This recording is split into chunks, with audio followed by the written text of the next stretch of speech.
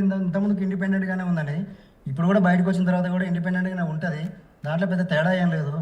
శ్రీకాంత్ అన్న, మీ రాజకీయ భవిష్యత్తుకి ఆల్ ద బెస్ట్. మంచి thank you Santosh, thank you, మంచి చేసుకోరు. థ్యాంక్ యూ, ఓకేనా? Thank you brother. Thank you Santosh గారు. కాల్ ఉన్నారు. మీ వల్ల నాకు నష్టం కూడా లేదు. సో ఇప్పుడు నిజంగా ఓ పార్టీ నడిపించేటువంటి ఆ శక్తి సామర్థ్యాలు కవితలో ఉన్నాయనుకుంటున్నారా? బీఆర్ఎస్ పార్టీగా, హరీష్ రావు యువసేనకు సంబంధించిన వ్యక్తిగా ఏం చెప్తారు మీరు? అల్టిమేట్ గా ఆమె కేసీఆర్ గారి బిడ్డ కాబట్టి ఉండొచ్చు అని మేము అనుకుంటున్నాం. మాకు ఆ శక్తి, ఆ సామర్థ్యం అనేది ఉండొచ్చు అనుకుంటున్నాం. ఆమెనే మేము తక్కువ అంచనా లేదు, ఆమెనే ఇప్పుడు మేము తప్పు పట్టలేదు. కాకపోతే ఇలా బహిరంగంగా వ్యాఖ్యలు చేయడం అనేది చాలా తప్పు. ఆధారాలు ఉంటే బయట పెట్టాలి. ఆమె కూడా మా పార్టీ సభ్యురాలే కదా, నిన్నటి వరకు, ఈ రోజు వరకు, ఈ పొద్దు వరకు కూడా మా పార్టీ సభ్యురాలే. Right. Thank you Santosh garu. Thank you Srikanth garu, and thank you Kiran Yadav garu. So మొత్తం మీద కవితనైతే తెలంగాణ బీఆర్ఎస్ పార్టీ నుంచి వేటు వేశారు, ఎండ్ కార్డు పడింది. ఈ కొత్త పార్టీ అవతరించబోతున్నది మాత్రం చాలా సుస్పష్టం. చాలా మంది నాయకులు, కార్యకర్తలు కవితను నమ్ముకున్న వారందరూ కూడా రేపటి రోజున భవిష్యత్తులో ఒక మంచి స్థానంలో సుస్థిరపడాలని చెప్పి ఆలోచిస్తున్న వారందరూ కూడా రాజకీయ పార్టీ కోసం ఎదురు చూస్తారు. కాబట్టి ఒక రాజకీయ పార్టీ మాత్రం అవతరించబోతోంది. వరుసగా కేటీఆర్ పైన, జగదీష్ రెడ్డి పైన, హరీష్ రావుల పైన ఎటువంటి వ్యాఖ్యలు చేసిందో కంటిన్యూస్గా ఒకసారి కవిత మాటల్లో విందాం. ఆయనను ఇవాళ నేను చాలా నిర్దిష్టమైన సమాచారంతో చెప్తున్నా. ఆ వ్యాఖ్యల వెనుక ఒక బీఆర్ఎస్ పెద్ద నాయకుడి హస్తం ఉన్నది. అందుకనే బీఆర్ఎస్ పార్టీ నాయకులు ఎవరు కూడా రియాక్ట్ కాలేదని చెప్పి నేను బలంగా నమ్ముతా ఉన్నాను. ఆ కుట్రలు చేసిన పెద్ద నాయకులు ఏమనుకుంటున్నారంటే, నా దగ్గర ఎవరో 10 మందిని పెట్టి నా దగ్గర జరిగే అంశాల సమాచారం ఎప్పటికప్పుడు తీసుకుంటున్నామని చావు తెలివితేటలు ప్రదర్శిస్తున్నారు.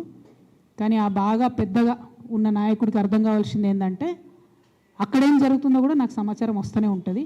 సో మీరు ఏ టైంలో ఎవరిని కలిశారు, నా మీద వ్యాఖ్యలు చేయడానికి మీరు ఎవరిని ప్రోత్సహించారు, మీరు ఎంత కింద స్థాయికి దిగజారి ఒక ఆడబిడ్డ మీద అటువంటి వ్యాఖ్యలు చేయించారు, ఇవన్నీ కూడా నేను చూస్తున్నా, గమనిస్తున్నా. నేను బలంగా కర్మ సిద్ధాంతాన్ని నమ్ముతున్నా. నేను మళ్ళీ చెప్తున్నా, ఇవాళ మీరు నన్ను ఒంటరి చేసి ఏదో చేయాలని అనుకోవచ్చు, నా మీద ఇటువంటి వ్యాఖ్యలు చేపించి శునకానందం పొందొచ్చు టెంపరీగా, కానీ దేవుడు అనేవాడు ఉన్నాడు. ఖచ్చితంగా అది మీకు తిరిగి కొట్టే సమయం వస్తుంది. ఒకటి.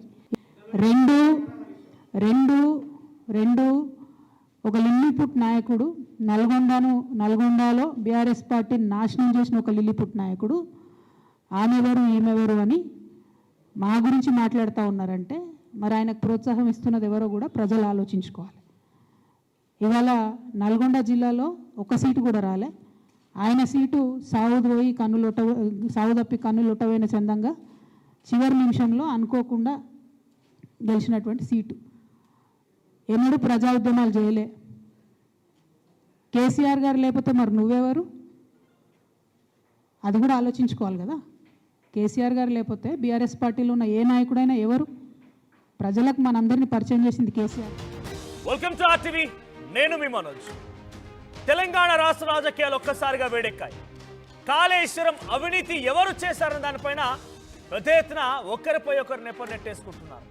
సో హరీష్ రావే చేశాడు అని చెప్పి కరాఖండి కవిత చెప్తోంది. సంతోష్ రావే దీని వెనుక ఉన్నారని చెప్పి కవిత అంటోంది.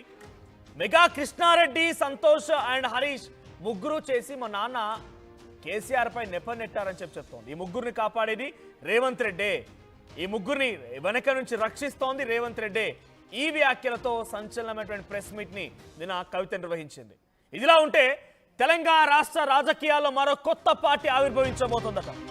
టీజేఆర్ఎస్, తెలంగాణ జాగృతి రాష్ట్ర సమితి పేరుతో ఒకప్పటి తెలంగాణ ఉద్యమమే ఆకాంక్షంగా ఏర్పడిన టీఆర్ఎస్ పార్టీని బీఆర్ఎస్ గా మార్చిన తర్వాత ఆ తెలంగాణ నినాదంతో, తెలంగాణ సెంటిమెంట్తో మరోసారి టీజేఆర్ఎస్ పేరుతో కవిత రాజకీయ పార్టీని ఏర్పాటు చేయబోతున్నారట.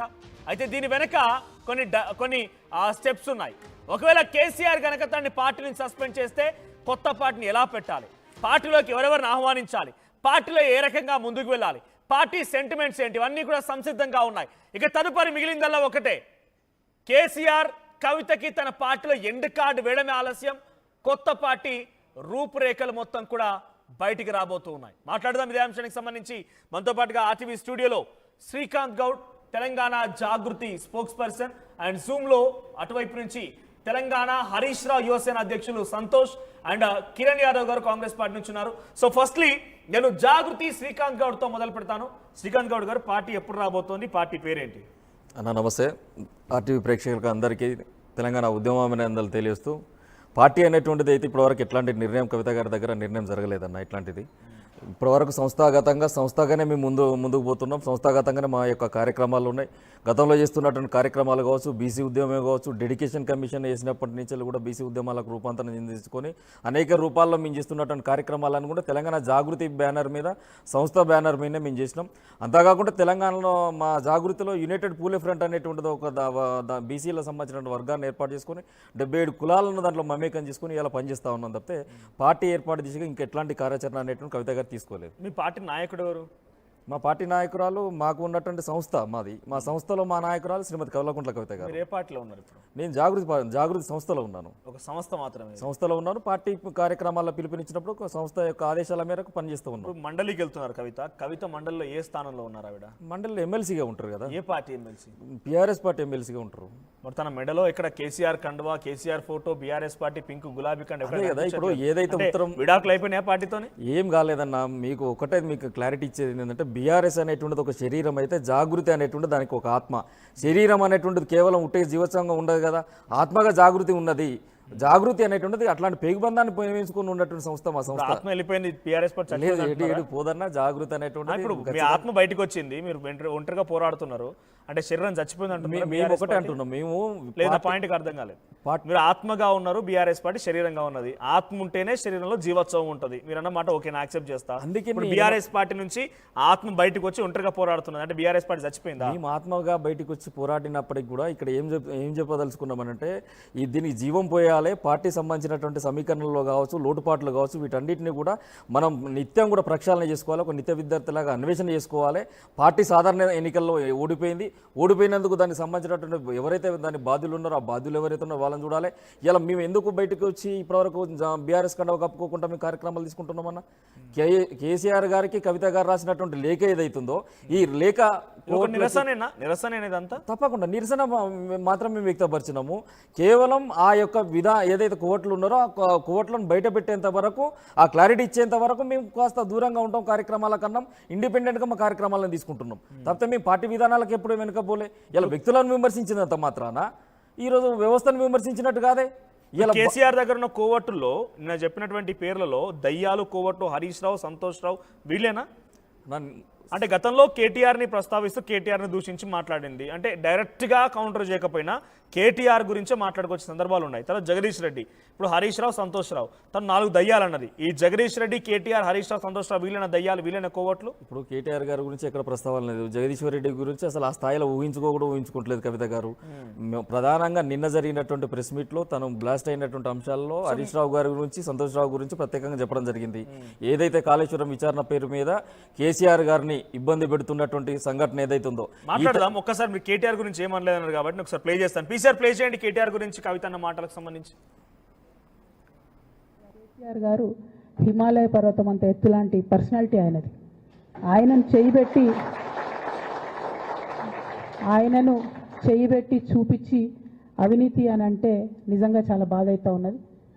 ఎందుకంటే నా పెళ్ళప్పుడు నా పెళ్ళి చేయడానికి కూడా ఇబ్బంది పడ్డటువంటి వ్యక్తి ఆయన. రాజకీయాలలో 40-50 ఏళ్ళు ఉంటే కూడా ఆస్తులు సంపాదించుకోలే కేసీఆర్ గారు.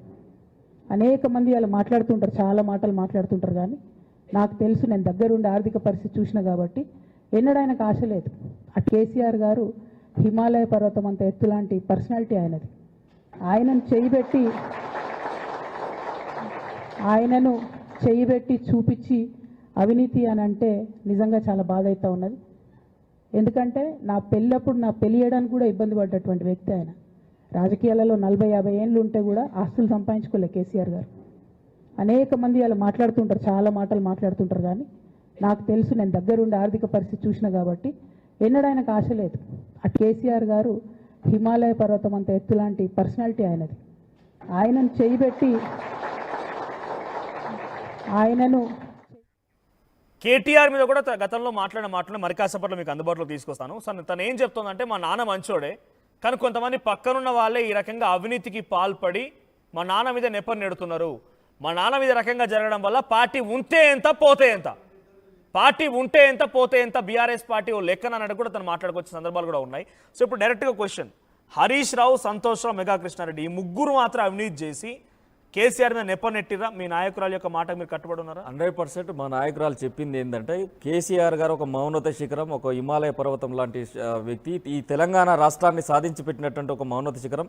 ఈ 10 సంవత్సరాలు తెలంగాణ సుభిక్షంగా చేసినటువంటి వ్యక్తి. అట్లాంటి వ్యక్తి అంటే కనీసం కేసీఆర్ గారికి తిండి ధ్యాస అనేటువంటిది ఉండదు, ఎప్పుడు కూడా తెలంగాణ ధ్యాస అనే ఉంటుంది. డబ్బు పైన వ్యామోహం ఉండేటువంటి లీడరు. నా పెళ్లి చేసేటప్పటికి కూడా ఆయనకు డబ్బు అనేటువంటిది ఇబ్బంది అయ్యేటువంటి పరిస్థితులను నేను గమనించిన. అట్లాంటి ధ్యాస కలిగినటువంటి వ్యక్తి పైన ఈ రోజు సిబిఐ విచారణ ఈ వయసులో కేసీఆర్ గారికి అవసరమా? అన్ని రోజులు అంటే ఈ స్థాయి దాకా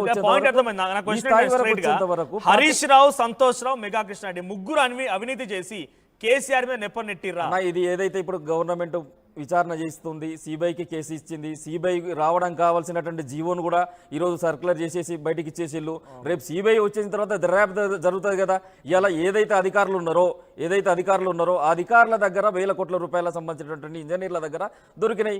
ఇలా వాళ్ళు బినామీలా లేకుంటే సంబంధించినటువంటి ప్రభుత్వ ఉద్యోగులా అనేటువంటి తెలుస్తలేదు కదా. మరి హరీష్ రావు, సంతోష్ రావు, మెగా కృష్ణారెడ్డి నేను పేరు ముగ్గురు అవినీతి చేసి కేసీఆర్ మా నాయకురాలు నిన్ననే స్పష్టత ఇచ్చిళ్ళు. దానిపైన రేపు రోజున దర్యాప్తు సంస్థలు అనేటువంటి మాట్లాడతాయి. అంటే తను తప్పు చేసిరు కాబట్టి మంత్రివర్గంలో చోటు కూడా రాలేని చెప్పి క్లియర్గా చెప్పారు. బర్తరఫ్ అనేటువంటి జైలే. నెక్స్ట్ ఆర్థిక మంత్రిగా ఇచ్చిళ్ళు. ఆర్థిక మంత్రిగా ఇచ్చిన తర్వాత ఆలస్యం చేయడానికి అవినీతి కారణం. ఆర్థిక మంత్రిగా ఇచ్చిన తర్వాత ఇంకొక నేపథ్యం ఏంటంటే ఇది కాళేశ్వరం సంబంధించినటువంటి నిర్మాణం జరుగుతున్నప్పుడు కాళేశ్వరం కార్పొరేషన్ లిమిటెడ్ అని చెప్పేసి సపరేట్గా పెట్టిళ్ళు.